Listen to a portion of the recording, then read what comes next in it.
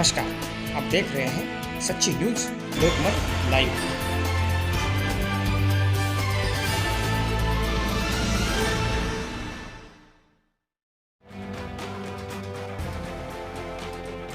भाजपा मंत्री रविशंकर प्रसाद ने अपने नालायक बेटे को गैर कानूनी न्याय व्यवस्था में किया नियुक्त।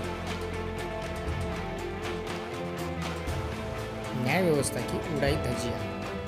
क्या न्यायपालिका खत्म होने जा रही है? नियुक्त किए जा रहे हैं नालायक अपात्र मनोवादी।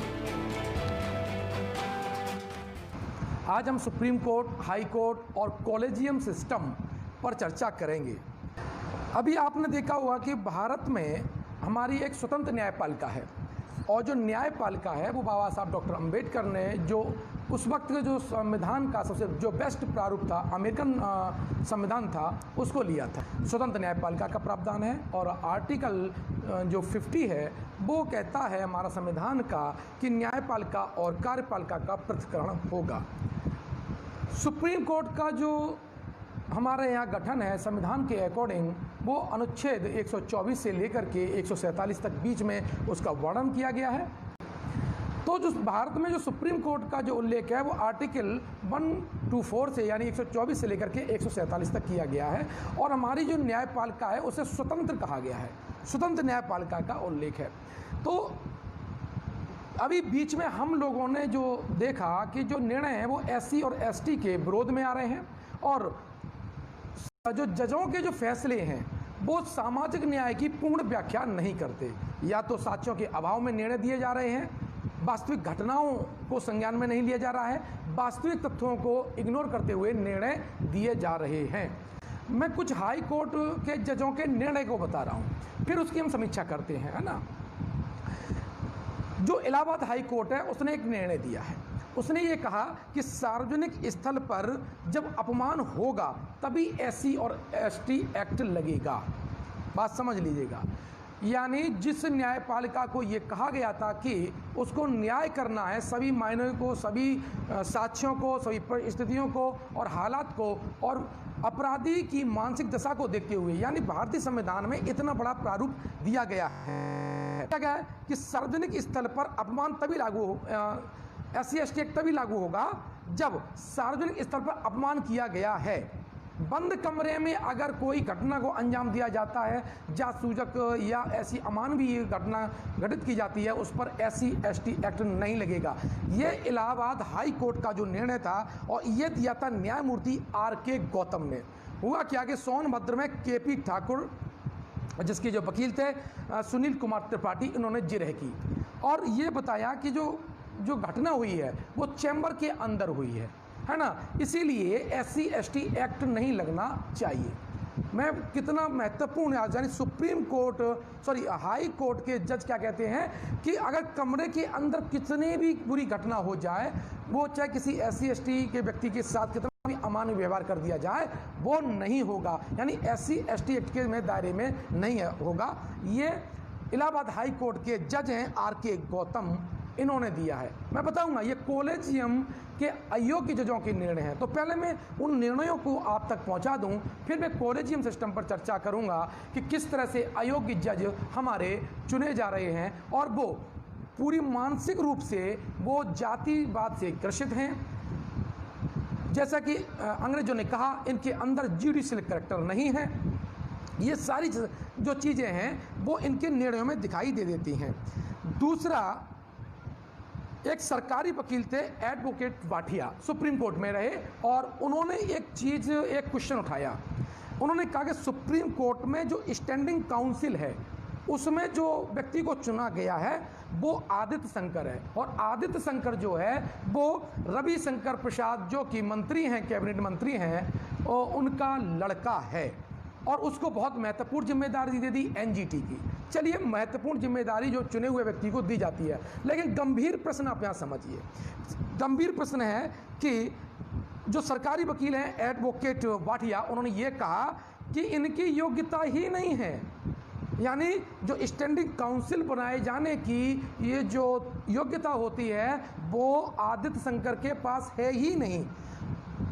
इसके लिए बार काउंसिल की AOR परीक्षा पास करनी होती है। AOR परीक्षा का मतलब होता है एडवोकेट ऑन रिकॉर्ड परीक्षा है, और वो आदित्य शंकर ने परीक्षा पास नहीं की और डायरेक्ट उसको स्टैंडिंग काउंसिल का मेंबर बना दिया। इसका मतलब है न्यायपालिका में एक ऐसे अयोग्य व्यक्ति को चुन लिया गया जो कि एक रसूखदार बाप की औलाद या कहिए रसूखदार पिताजी की औलाद हैं।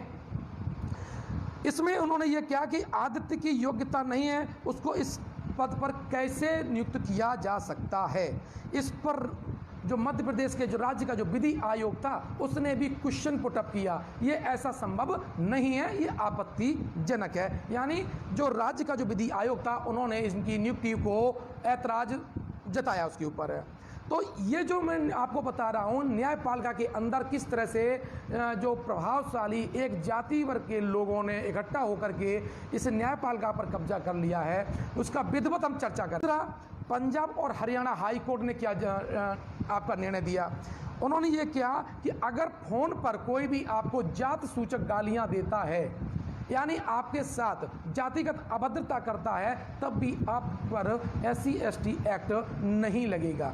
ये जो निर्णय दिया है वो जस्टिस HS गिल हैं, और उन्होंने ये एक केस था कुरुक्षेत्र का, 2 लोग थे प्रदीप और संदीप दोनों, और उन्होंने वहाँ के जो दलित जो और अनुसूचित जाति का जो सरपंच थे राजेंद्र, उनको फोन पर जान से मारने की धमकी दी और जातिगत गालियां दी। उन्होंने उसको FIR में दर्ज कराया। तब हाई कोर्ट में उनके साथ किस तरह से उनके निर्णय को बदला गया उसका उदाहरण मैं बता रहा हूँ। जस्टिस HS गिल ने कहा कि भैया देखो, फोन पे जो दी गई गालियां हैं वो SC/ST एक्ट के दायरे में नहीं आती है। ये निर्णय की देखिए, यानी चाहे वो फोन पर आपको कितनी बुरी गालियां दे दे, जाति रूप से धमका दे या मानसिक रूप से आपको पीड़ा पहुंचा दे, इसका जो सामाजिक न्याय का जो सिद्धांत था उसको इग्नोर करते हुए ये निर्णय दिया गया। इलाहाबाद हाई कोर्ट ने एक और निर्णय दिया कि अपराध करने वाले को मालूम नहीं था कि पीड़ित SC/ST का है, यानी अपराध करते समय उसको मालूम नहीं था कि ये SC/ST का है, इसीलिए उस पर SC/ST एक्ट नहीं लगेगा। लेकिन कितना संगीन मामला था, इस निर्णय को देखते हुए जज की अंदर की जो हैवानियत है, मैं आपको बता रहा हूँ, जज के अंदर की अयोग्यता तो थी ही, और पैसे या पदों के लालच में या एक जातिगत कुंठा के रूप से किस तरह से निर्णय दिया उसका मैं जिक्र कर रहा हूँ। वो क्या कहते हैं, एक शेड्यूल कास्ट की अनुसूचित जाति की लड़की थी, 9 साल की लड़की थी, और उसके साथ रेप की घटना हुई और उसमें उन्होंने SC/ST एक्ट से बरी कर दिया। बहुत महत्वपूर्ण बता रहा हूं आपके लिए, एविडेंस है। उन्होंने क्या कहा कि जब अपराधी ने रेप किया था तो उसे मालूम नहीं था ये SC/ST की लड़की अनुसूचित जाति की लड़की है, इसलिए इसमें SC/ST एक्ट नहीं लगेगा। ये निर्णय दिया था अलीगढ़ के केस में। तो अब आप सोच लीजिएगा कि जो जज कितना दूषित मानसिकता के लोग हैं। उन्होंने ये भी नहीं देखा कि 9 साल की जो लड़की है उसके साथ रेप हुआ है, उसे कठोर से कठोरतम सजा दी जानी चाहिए ताकि ये एक नज़ीर बनता। लेकिन जज महोदय ने जो कॉलेजियम सिस्टम से चुने हुए लोग हैं, वकीलों की साठगांठ से जो लेन देन बैकडोर से होता है, उनका बैठा हुआ बेस का नीचे पैसा ले लेता है, कैसे निर्णय देते हैं उसकी एक वानगी भर है ये। अगला है कि न्यायमूर्ति पंकज नकवी और SS शमशेरी, उन्होंने ये आदेश दिया था, और ये आदेश की जो केस था वो 15 अप्रैल 2009 में जो पीड़िता थी उसकी माता ने FIR कराई थी, और तब सेशन कोर्ट ने जो उस अपराधी को सजा दी थी वो थी 50,000 की धनराशि का जुर्माना था और उम्र कैद है, और हाई कोर्ट ने ये सज़ा को कम कर दिया। ठीक है, तो ये सज़ा को कम क्यों किया गया, ये चूँकि SC वर्ग की लड़की थी और जो जज बैठे हुए थे उनके अंदर मानसिक रूप से कुंठा है इस जाति के प्रति, इसीलिए उन्होंने ऐसा प्रतीत होता है निर्णय को चेंज किया। यानी सामाजिक न्याय और महिला अधिकार का जो अवधारणा है उसको धता बताते हुए निर्णय दिया गया। सुप्रीम कोर्ट के एक दीपक गुप्ता थे और उन्होंने टिप्पणी की, क्या टिप्पणी की कि कानून तथा न्याय व्यवस्था अमीरों की मुट्ठी में है। सुप्रीम कोर्ट के जज हैं, रिटायर्ड होने के बाद बोलते हैं कि कानून तथा जो न्याय व्यवस्था है वो अमीरों की मुट्ठी में है। ये बहुत गंभीर जज है, ये कोई सिंपल कोई कथन नहीं था, ये सुप्रीम कोर्ट के जज ने आरोप लगाया है कि जो सुप्रीम कोर्ट के अंदर जो न्याय व्यवस्था चल रही है वो ये अमीरों की मुट्ठियों में है। और उन्होंने बड़ा दो बात गंभीर और कही, क्या कही कि न्यायपालिका वास्तविक रूप से स्वतंत्र होनी चाहिए। स्वतंत्र न्यायपालिका का तो संविधान हमारा प्रोविजंस करता है, तो सुप्रीम कोर्ट का जज ये क्यों कह रहा है कि वास्तविक रूप से न्यायपालिका स्वतंत्र होना चाहिए। उसका सीधा सा अर्थ था कि वास्तव में अभी जो न्यायपालिका है वो स्वतंत्रता पूर्वक काम नहीं कर रही है, बाहर से लोग इसे कंट्रोल कर रहे हैं। साथ ही उन्होंने एक और आरोप लगाया कि यहाँ पर प्रशिक्षित और ईमानदार जजों की ज़रूरत है। ये जो उनका आरोप था वो इतना गंभीर था, जिन्होंने सुप्रीम कोर्ट के जजों को एक साथ ही कटघरे में खड़ा कर दिया कि प्रशिक्षित चाहिए और हमें ईमानदार जज चाहिए। यह टिप्पणी वास्तव में बहुत डिबेट लायक थी मीडिया में, जो कि नहीं हुई। तीसरा, जो जजों की नियुक्ति है वो योग्यता के आधार पे होना चाहिए।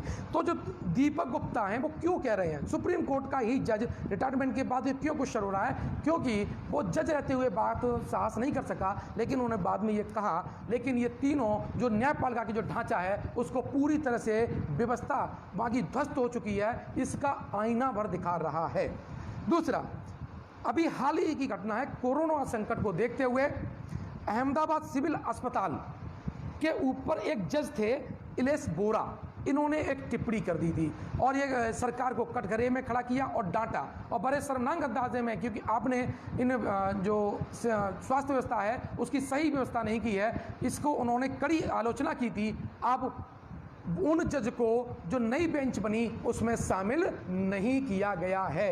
मैं आपको बता रहा हूँ, ये ऐसे एविडेंस हैं, आपको हमेशा नोट करके रखना चाहिए, क्योंकि ये जब न्यायपालिका की बात आती है, डिबेट की बात आती है, लेखन की आती है, जब आप कभी उत्तर लिखेंगे, जब किसी भाषण में देंगे या किसी सेमिनार में बोलना होगा, वहाँ पर ये आपको एविडेंस और वास्तविक एविडेंस बहुत महत्वपूर्ण हो जाएंगे।